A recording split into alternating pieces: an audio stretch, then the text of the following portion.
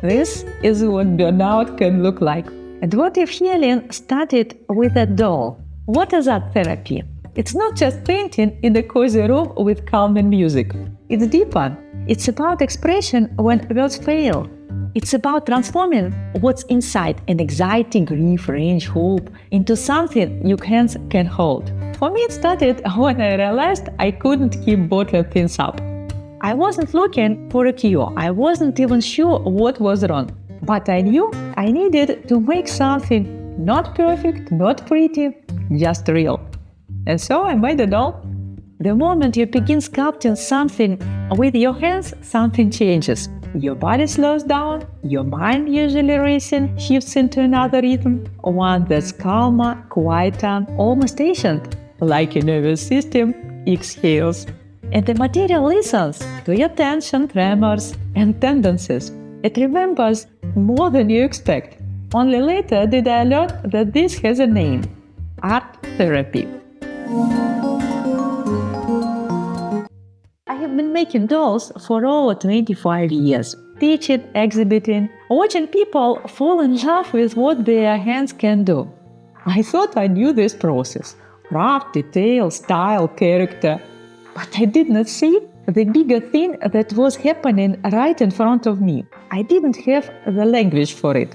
And then one day, it clicked. A woman in one of my classes burst into tears as she strung her doll's lips together. "I didn't think I could do this," she said. She wasn't talking about the doll. She was talking about life. But honestly, the doll had pretty dramatic arc too. I have worked with people. I have watched their hands shake before the first cut. I have seen their eyes light up when a face appears from the clay. I have seen them come back, softer, steadier, braver. This isn't just about art, it's about returning to yourself. There is a girl on YouTube, no degree in psychology, no formal title, just her voice, her stories, and 55,000 people who listen. And people write to her saying her videos help them through grief, divorce, panic attacks. Is she an art therapist? Technically, maybe not. But if you ask the people she's helped, they would say yes. She did not diagnose, she did not dread. She created space. And sometimes that's all healing needs. So no, I don't call myself an art therapist, not in the official sense. But I don't know this process inside out in my bones. I know what it does to the body, to the brief, to the stories people didn't think they could tell. Maybe what I offer is not therapy with a capital T, but it is something true, something that works, and maybe that's enough. So how does this actually work? Why does making a doll, something small, quiet, and made of clear fabric, have such a powerful emotional effect? Let's start simple. The brain doesn't separate emotional from physical the way we think it does. When you engage your hands in focused, repetitive creative work, like sculpting, sewing, painting, your brain shifts gears. You move out of high alert survival mode, called the sympathetic nervous system, and into parasympathetic mode, the place of rest, repair, and emotional regulation. Your heart rate slows, your breath deepens, your thoughts start to untangle. And here is where it gets even more interesting: the act of creating something symbolic, something that represents emotion or memory.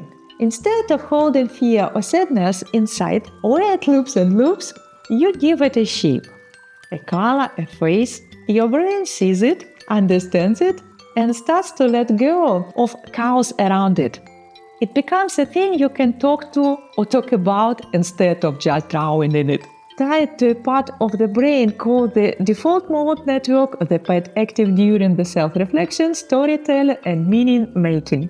When you make a doll, especially one that feels personal, you are activating that network in a safe, embodied way. It becomes a kind of internal dialogue made visible.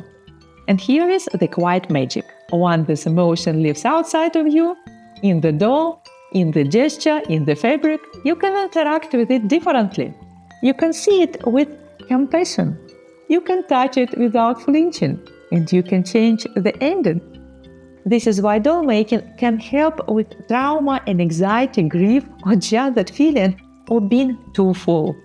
It gives your nervous system a break, it gives your story a shape, and that gives you a way to move forward, not by escaping yourself, but by meeting yourself, piece by piece. Sometimes you just cannot sleep. You lie there, turning over, staring at the ceiling, counting elephants, which is strange because none of them ever help with the rent. Trying not to think, which of course means thinking even more about what you should have said, about everything that could go wrong, about how nothing feels quite right anymore. Insomnia is not just about not getting rest. Chronic sleep loss messes with your hormones. It scrambles your memory, spikes in anxiety, and chips away at your emotional resilience. After a while, you stop feeling like yourself. You get foggy, numb, irritated at everything and nothing. And when you live alone with those thoughts, night after night, they start to grow teeth. That's when I started sculpting late at night. Not because I had to, but because I gave my hands something to go while my mind softened. Shaping tiny fingers, smoothing out cheeks, painting impossible little irises. It didn't fix my life, but it shifted my focus. Suddenly I was not lying in bed spiraling about tomorrow. I was wondering how to make a miniature sock or how to get the shoulders to sit just right. My priorities changed, and with them, my chemistry a little. Working with small delicate materials activates the same parts of the brain that meditation does and draws you into the present moment. You breathe differently, you stop doom scrolling and start thread scrolling instead. Much healthier, though arguably just addictive. But eventually you sleep. Not always right away, but deeper, better. Because the weight in your chest, it's now resting in the hands of something you have made. Who is art therapy for? That's an easy one. Anyone with a nervous system.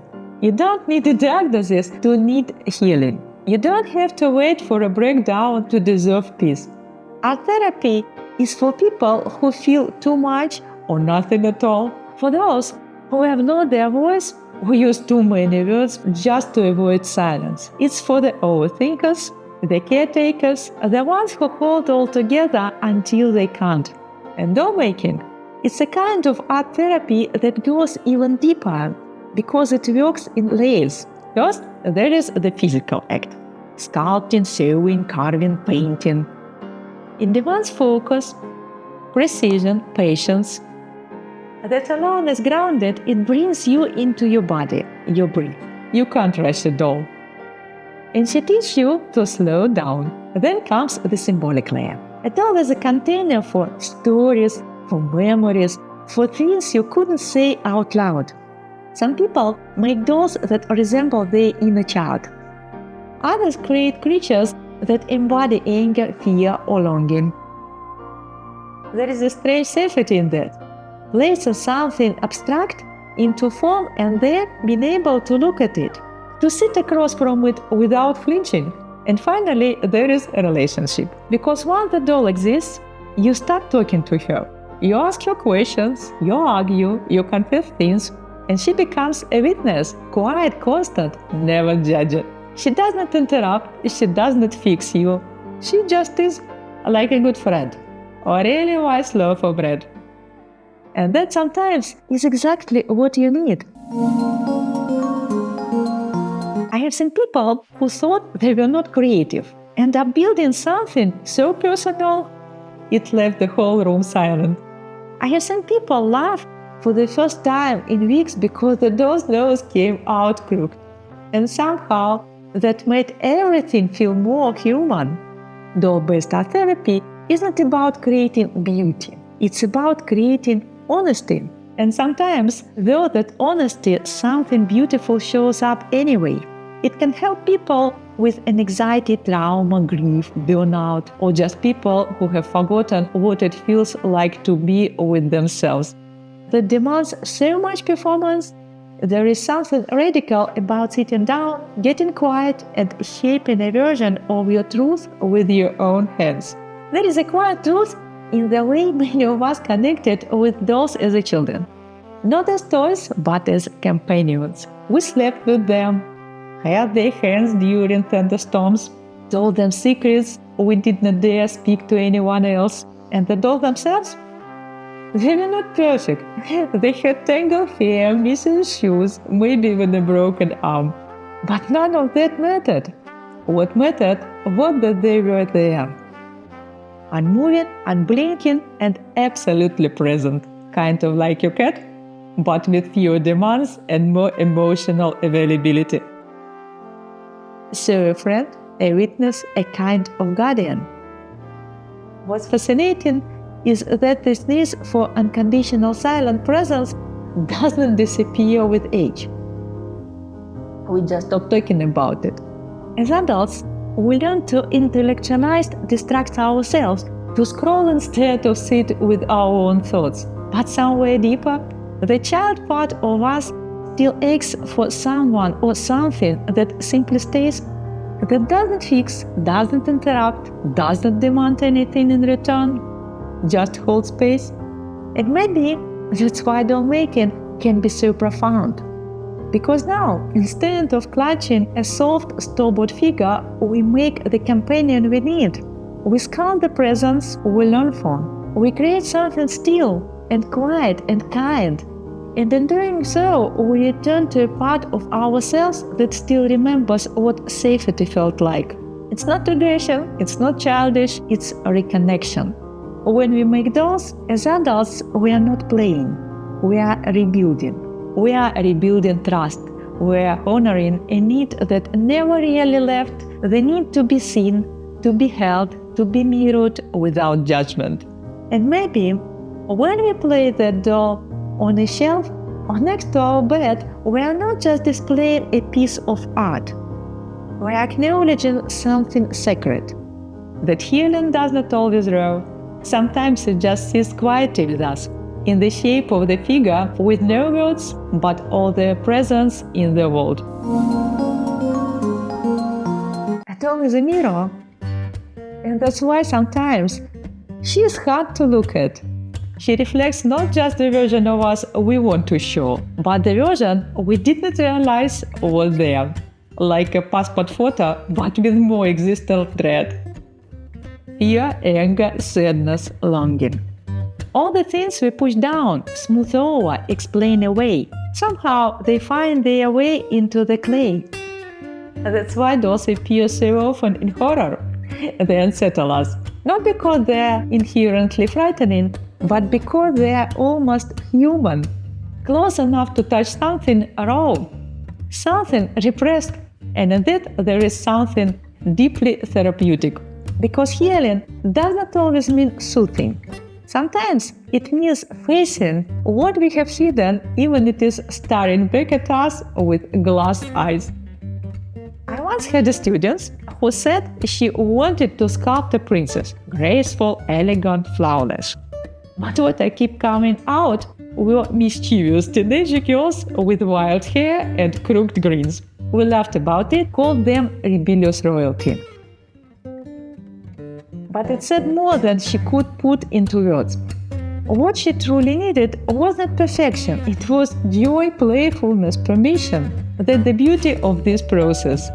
You can use the same mold, the same tools, the same materials, and still up with something entirely different. Because you are different each time you sit down to create. To make a doll is a way to step into a good-like role, but not to control. To witness, to shape, to listen.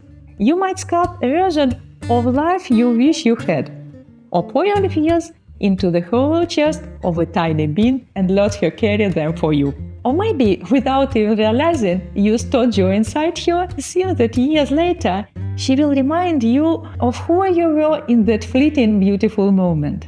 This isn't just a hobby, it's a ritual. A practice of making sense of your inner world, one fragile limb at a time. And when the doll is finished, what you are left holding isn't just a figure.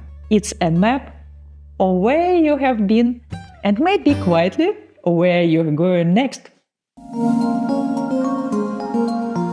So, if you have found yourself holding too much, too many thoughts, too many memories, too many unfinished feelings, maybe try holding something else, something small, something made of clear fabric or quiet intention. It won't give you advice, it won't fix your life, but it will sit with you. And sometimes that's all we really need, someone or something that simply stays. And if you end up talking to your doll at 2 a.m., don't worry, she's probably heard worse